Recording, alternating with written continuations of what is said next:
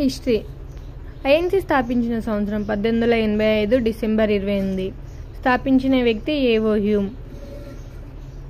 Indian national Congress అని పేరు సూచించిన వ్యక్తి Dadabhai Naoroji. First one.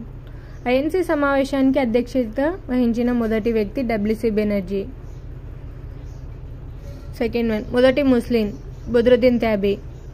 Third one. మొదటి ఆంధ్రుడు పి ఆనందాచారి. Fourth one. మొదటి ఆంగ్లేయుడు జార్జియోల్. Fifth one. మొట్టమొదటి మహిళ అన్బిసెంట్. Sixth one.